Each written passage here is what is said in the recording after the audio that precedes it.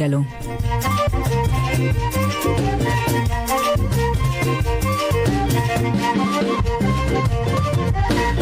Dhaggeeffattootni oduutiin jalqabaanii gaanfa Afrikaatti ergama adda US Jeffrey Feltman turtii Itoophiyaa taasiseen booda kalee gara United States deebi'ee waan ergahaanii fi argirraatti gabaas dhiyeessan kan keessatti abdii fi yaaddoo qaban if godhe hirpha gammachuu gabaas qaba. Gaanfa Afrikaatti ergamaan adda Ameerikaa irra deddeebiidhaan Itoophiyaatti marmaraa ture Jeffrey Feltman marii ministeera muummee Abiy Ahmed wajjiniin taasisaniin kaayyoon isaa finciltoota Amaaraa fi Affaar keessaa baasuu akka ta'e hubachuu isaanii himan dhugaadha. Alduree waraana dhaabuu 3 mootummaan Itoophiyaa kaa'e keessaa tokko finciltoonni naannolee Amaaraa fi Affaar keessaa akka ba'an gaafachuudha. Feltman gareewwan waraanicha keessatti hirmaatan garaagarummaa isaanii mariin akka furan kan dandeessisu jalqabbiin abdii kennu jira jedhu. Haa ta'u malee qaamoleen lamaanuu yaalii dippiloomaasiitiin gara mariitti akka galan taasifames haalota saffisaan jijjiiramaniin gufatu yaaddoo jedhu qabaachuu himan. Ministeerri muummee kaayyoon isaanii guddaan iddoowwan finciltootaan qabamanii jiran keessaa baasuu ta'uu natti himanii jedhu. Ergamaan kun kaayyoo kana ni qooddannaa kan jedhan Feltman gama biraatiin immoo humni ittisa Tigraay fi hooggantoonni TPLF dubbifne dhorkaa deeggarsa namoomaa mootummaan Itoophiyaa karaa ifa hin taaneen baatii adoolessaa irraa eegalee kaa'e kaasuun kaayyoo keenyaa jedhan. Ambaasaadar Feltman akka jedhanitti ergamaan addaa gamtaa Afrikaa Olusegun Obasanjoon mootummaa federaalaa fi humnoonni TPLF akkasumas dippiloomaatotaa fi dureewwan birootiif ergaa wal fakkaataa dabarsaniiru. Feltman ibsa kibxata kana kennaniin kutannoon siyaasaa yoo jiraate lamaanuu milkeessuun ni danda'ama. Haa ta'uuti garuu gareewwan lamaanuu karaa waraanaatiin galma ga'uuf yaalaa jiru. Lamaanuu mo'achaa jiraachuu amanuu jedhan. Ambaasaadarichi waraanni waggaa tokko lakkoofse kun badinsa qabeenyaa fi namoomaa olaanaa qaqqabsiisuu kaasuudhaan waraana filachuun furmaata kan taane dubbatan. Feltman turtii isaanii gaanfa Afrikaa tangaa'ota Itoophiyaan alaatti hoogganoo TPLF keenyatti waliin dubbachuu ibsa. Ambaasadarichi hoogganoo TPLF garagara waliin marii taasisaniin Finfinnee seenuun TPLF fi biyyatti guutuuf balaa ta'uusaa hubachuun Finfinnee galuu fi fedhii akka hin qabne itti himuu kaasa.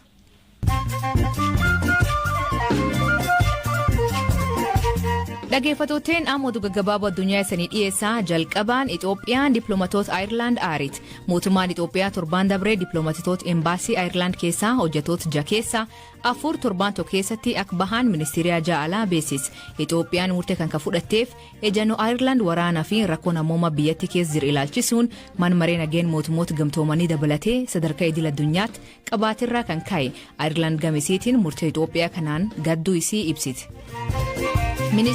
Erga ministeera muummee Abiy Ahmed gara waraana deemuun lol finciltoota TPLF irraa taasifamaa jira akka geeggeessu beeksise namoonni bebeekamoon haaluma wal fakkaatuun waraana takka duulan himaa jiran atileetota namoota siyaasaa weellistoota abbootii qabeenyaa akkasumas paartiilee mormitoota irraa namoonni of baasaa jiran namoonni kunneen dabalamuun erga lolii hammaatee fi finciltoonni TPLF gara Finfinneetti qajeeluu jiraachuu isaanii beeksisan.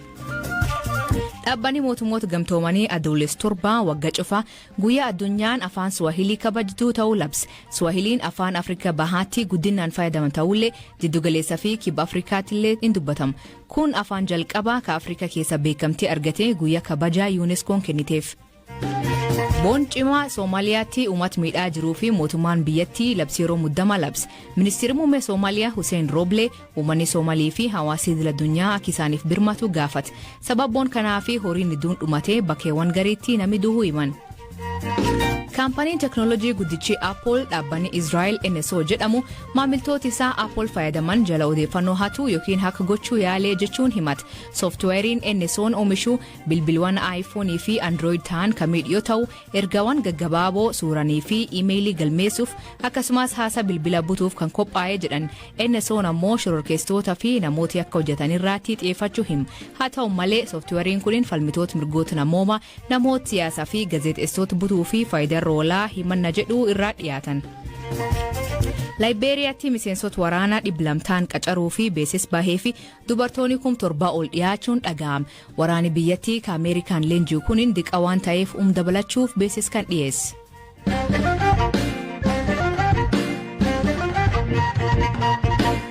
Godin Jimmaatti mani murtii aanaa Qarsaa dubartii daa'ima waggaa 7 irraan miidhaa hamaa dhaqqabsiiftee hidhaan adaabe. Himatamtuun Ruudi Dayaas ibiddi feestaalii qabsiiftee daa'im guddisuuf ofii fudhattee irteetee gubattuu taasifte. Sababii ammoo ficaan ficooftee na rakkisee ka jedhu akka ta'e abbaan alangaa aanaa Qarsaa obbo Abdalaa Naasir BBC'tti hima. Himatamtuun tun godin Jimmaa aanaa Qarsaatti barsiiftumaan barumsa waachoo yoo taatu daa'ima obboleessisii in guddis jechuun godin Wallagga Bahaa aanaa Limuutti fudhatti. Karaa hojjettuu caas gandii akii kunitti mudateetiin akka birgahan kan himtu itti gaafatamtuun wajjir dhimma dubartoota fi daa'immanii aanaa Qarsaa aadde Zeenab Bagidii waan daa'im kan erga'ee akkanaan ibsiti. Akkuma sana miidhamteetu bishaan waraabdee galtu kufte kanarraa kaasee maal taateeti kana tokkoltu waan arge jettee qorannoo gaggeessitarraa kaasee intalli akkasittiin seetu na gubee jettee gaafa isheen gaafattu waan deebii waan deebisteefiif deebii irraa kaatee ol qabdee gaafa laaltu gubaatii cimaadha sanaan seedhaan itti darbanii wal lolanii ilmoo adaadaa kootiiti akkamitti maaltu si galcha waan arge jedhanii turte milishaatti waamtee qabdeenuu fidde. Kanarraa kaanee nutis milishaa fi dhimma dubartii fidde sanaa daa'ima jennee ishee qabamtee akkasiin dhuftu taasifnee waajjira poolisiitti ergine achirraa kaasee ragaa jaruma lamaantu ta'ee jechasi gaafuma poolisiidhaa jecha kenniturraa kaasee jecha amantaati kan isiin kennite ragaas bifa sanaan qindeeffannee mucaa battalumaan buufata fayyaa gaafa geessinu riifar jedhamee riifar gaafa jedhamu karuma waajjira keenyaa dhayitee akka yaalamtu namoota 3 poolisiirraa nama tokko waajjira keenyaa nama 2 kallattii sanaatiin hospitaalli federaalaa Jimmaatti dhiisteeti kan isiin yaalamaa turte bifa kanaatiin waan jecha amantaa jalqabarraa kaasee ofii kenniteef immoo waggaa 3 fi 7 adabamteeti kan isiin jirti. Akkaanaa keenyaatti amma yoonaa yakka akka kanaa daa'ima irratti raawwannaan hin argine. Yakki daa'imman irratti raawwatu yoo baay'ate reebicha uleedhaan wantoota garaagaraatiin darbee humnaa ol hojjechiisuun hin mul'ata.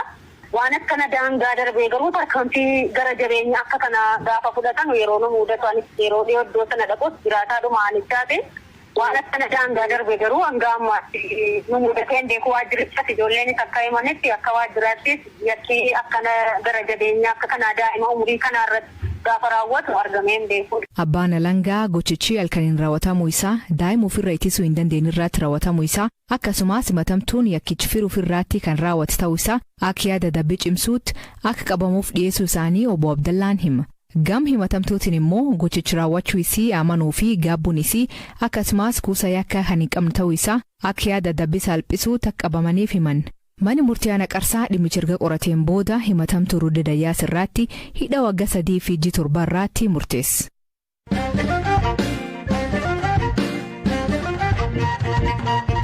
Obbo Jawarii fi obbo Baqqalaa dabalatee aangaa'onni adda bilisummaa Oromoo manneen sirreessa Itoophiyaa garagara keessa jiran yaaddoo nageenya qabaachuu maatii fi firootii fi abukatoonni isaanii himan dhiyeen kanaa namoonni qaama nageenya irra jedhaman hayyam bulchiinsman sirreessaa malee qaalitti seenanii halkan bakka namoonni kun itti hidhaman gaafachuun isaanii maatiif uummata bal'aa yaaddes haadhi warra obbo Baqqalaa Garbaa aadde Hanna Ragaasaa Jawarfaa fi isaan akka maatiitti yaaddoo guddaa qabaachuu himti maatii olaanaatu dubbis.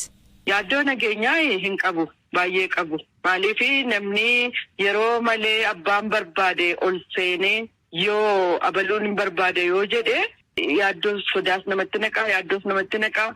Isaanis hin yaadda'u nuunis hin yaaddofnaan. Isaanis immoo namni amma fakkeenyaaf namni isaan hin beekne namni isaan ergama isaa hin beekne namni isaan laftinni dhufe hin beekamne akka tasaa yoo irra ba'e kun nama yaachisaa kun nama naasisa. Amma haalli achi jiru maal fakkaata? Maal taajjabdan isin ennaa achi deemtanii ilaaltanii deebitanarra? Egaa waan ani taajjabe waan addaa hin jiru. Akkuma durii kootii nyaata kennee namoonni immoo baay'ee baay'atu. Garuu namoonni warri waardiyyaa isaanii namoota akkuma durii isaanii sakatta'anii ol galchuu isa kana garuu waan nama dhibuu waardiyyooti durii namoota Oromoota kan isaan eegu. Amma garuu namoonni sun namoota biraadhaan jijjiiramanii namoota qomoo biraatiin namoota qooqa biraa haasa'uun jijjiiramaniiru.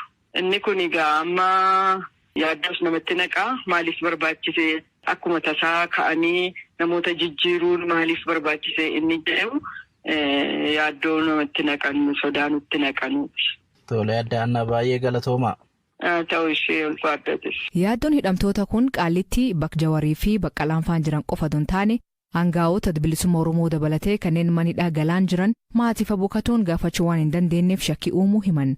Abukatoo hidhamtoota keessaa tokko taa'ee obbo Tuulii Baay'isaa yaaddu nageenya kan ilaalchisuun akkan jedha. Kamisa darbe kana galgala sa'aatii 2:40 irratti namoonni poolisii federaalaa fi humna tikaa biyya kanaa irraa dhufne kan jedhan galgala makiinaan mana hidhaa sanaa balballi banamee fi yoo seenu isaan immoo makiinuma sana jala bu'anii yookaan makiinuma sanatti maxxananii dallaa sana yookaan mooraa mana hidhaa Qaallitti akka seenanii fi akkuma seenanii immoo makiinaadhaa bu'anii Jawaar Faayisatti hidhaman jedhanii akka waardiyoota yeroo sana achi turan akka gaafatan waardiyoonni ammoo isin eessaa dhuftanii isin eenyu fa'i yeroo kana dhufuudhaaf yookaan seenuudhaaf hayyama qabdu jedhanii yoo gaafatan bakka akkasiitti dhufnee kanaafuu seenuu dandeenya jedhanii kanaa booda waardiyoonni isin hooggantoota isaanii waamanii hooggantoonni mana adabaa sun dhufanii hayyama seenuudhaaf hayyama isin qabdanii haala kanaan seenuu hin dandeessanii jedhanii gaafa gaafatan gidduu isaaniitti wal mormiin akka uumamee fi kana booda warri diidaa dhufan sun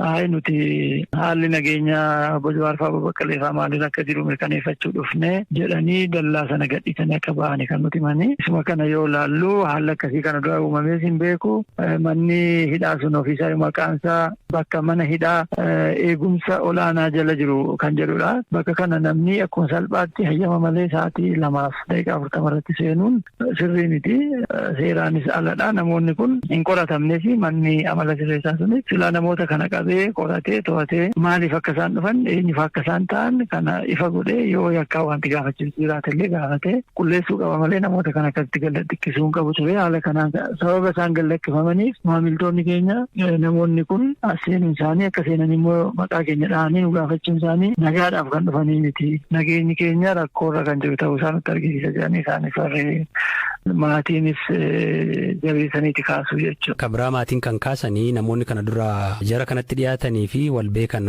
eegdota isaanii kan ta'anii jijjiiranii kan jedhu. Waan isaan jijjiiraniif hin beeknu nu isin gaafan reefudha dubbiin kan gadi bahee kan abukaatota bira ga'ees kaleessaaf dheengaddaa maaliif namoonni sun jijjiiramanii jira sanatti aansee namoonni kun maaliif dhufanii kan jedhu wanti beekamu hin jiru. Baay'ee isaan kana qofaa miti amma namni mana hidhaa keessa jiru nageenyi isaanii kan sodaachisaa ta'e kanneen hooggantoota abaa'oo ta'an illee kan duraan magaalaa Galaan keessa turani jedhama malee namni argin jiru maatiin hin dubbisu abukaatonni hin dubbisanii kanaaf bal'ina qaba jechuudha wanti isaa kan Qaallitti kana Jawaar fa'aa qofa otoo hin ta'in hooggantoota abaa'oo irratti illee rakkoo akkasiitti jira jechuudha. Isin akka maamila keessaniitti maatiin immoo yaaddoo kana bakka kamitti iyyateera? Egaa iyyannoon akkuma argaa jirtan iyyannoon ajaji mana murtii baay'een isaas raawwatamaa hin jiru. Nuti amma garam geessinaa eenyutti iyyanna kan jedhu akkasumatti qabannee irratti mari'achaa jira jechuudha. Itaanan abbaa alangaa waliigal federaalaa obbo Fiqaaduu Tsaggaa yaaddoo uumamte kanirraa ammaatti oduugaa qabaachuu baatullee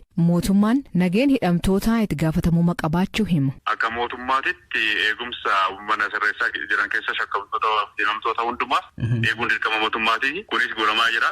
Maatiin illee abukaatoon isaallee dhufanii kanatti kaasanii jiru. Hin barreeyanii hagammaa. Yaaddoo maatiif abukaatoonni qaban kana bulchiinsa sirreessa federaalaatti dubbii hima akka ta'an obbo Garramuu Ayyaloo bilbilee fi argachuu hin dandeenye. Dhaggeeffattootni sagantaan har'aa ganumaan waliin turuu keessaniif ulfaadhu isaniin jenna. Mammaansi galgal hanaa du'ee jettee boof mataa irra hin ejjatiin hiikan isaa maanii kooment keessatti nu beeksisa. Sagantaa kan qopheesse Biraanuu Gammachuu gam teknikaatiin Oskar Bungaa keessaniif dhiyeessaan Asli Galgalooti.